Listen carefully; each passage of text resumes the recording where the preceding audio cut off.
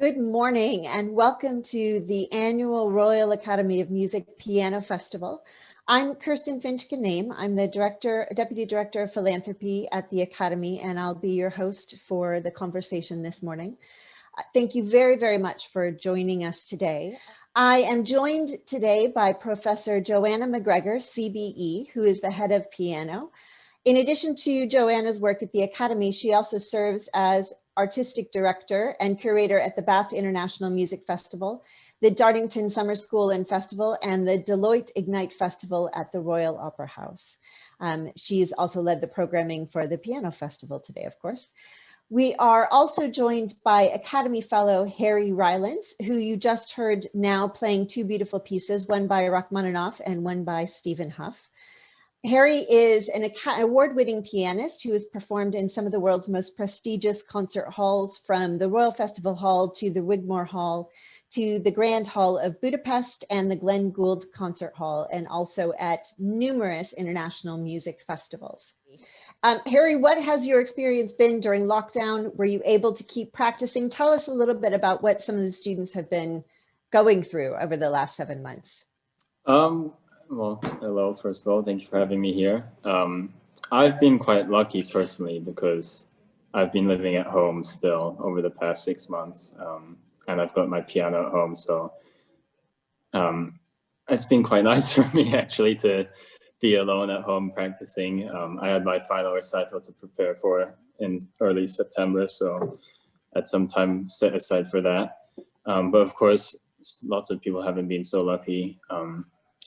Some people have been stuck in London away from family without a piano.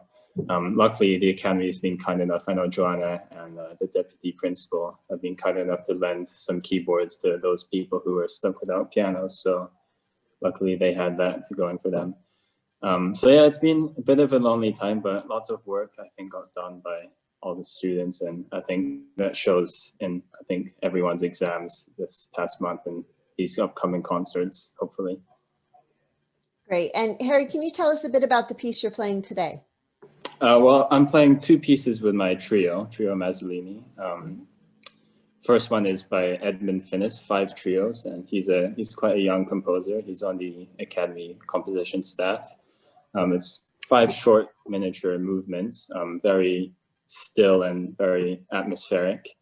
And that's followed by Beethoven's E-flat major trio, Opus 1, number 1.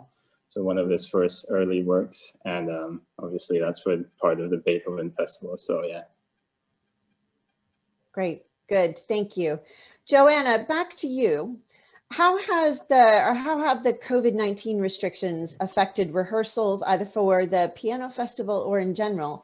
And can you tell us a bit about what you're doing to make sure that students stay on track and productive over the autumn term? I mean, my main concern, as it always is with young artists, and Harry will know about this, is what's going to happen to them after they're a student. This is my main thing, because these days it's not enough to be a wonderful player. You must have such a range of skills and ideas and curatorial projects and everything. So that work, pandemic or not, is at the top of my mind. What are you going to do when you leave? Because and Harry's a great example of this, actually. Harry's very, very modest, but I will tell you, he got the top mark in his postgraduate final exam, and he's also got a job already. He's the repetiteur for the opera at the Academy, which is a paid job, because Harry's a brilliant sight reader apart from a lot of other things, and people really like working with him. So he's come out into this, he's graduated into this very difficult landscape.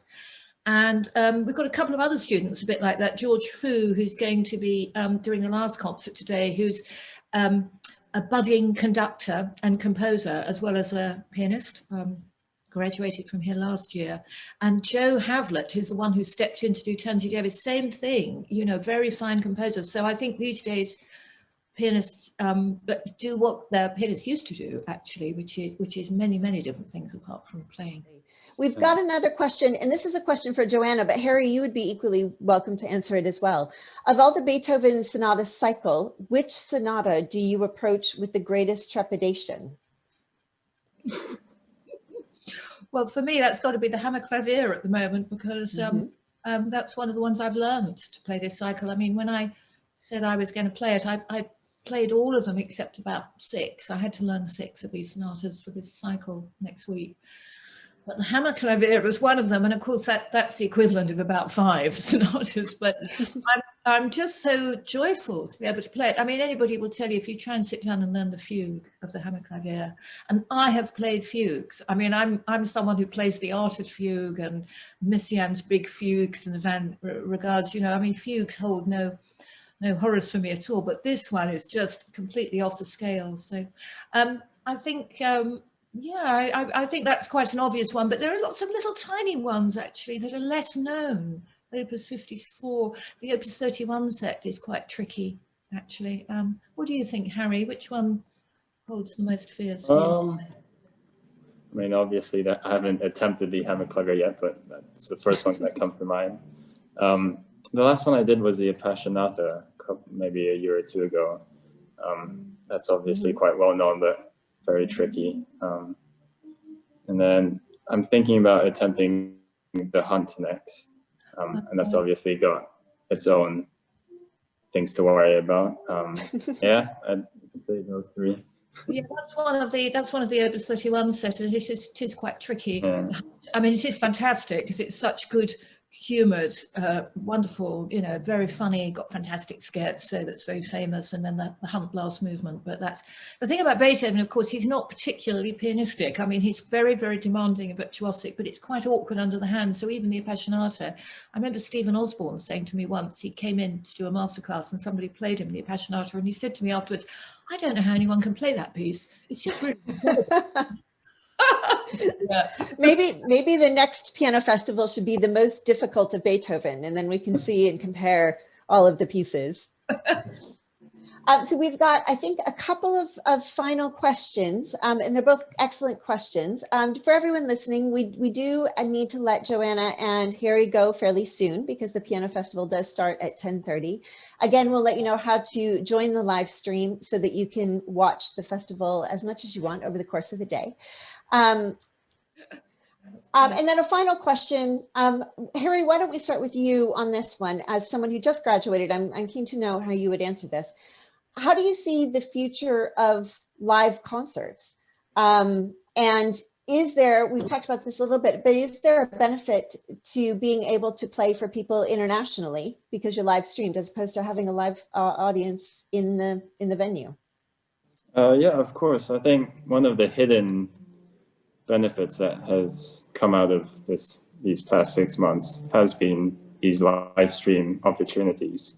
I think it has been done in the past, but not so widely. And if I even just think about the Academy concerts, we obviously always have had fully packed concerts usually, and but to live stream them, I think we reach a lot more audience this way.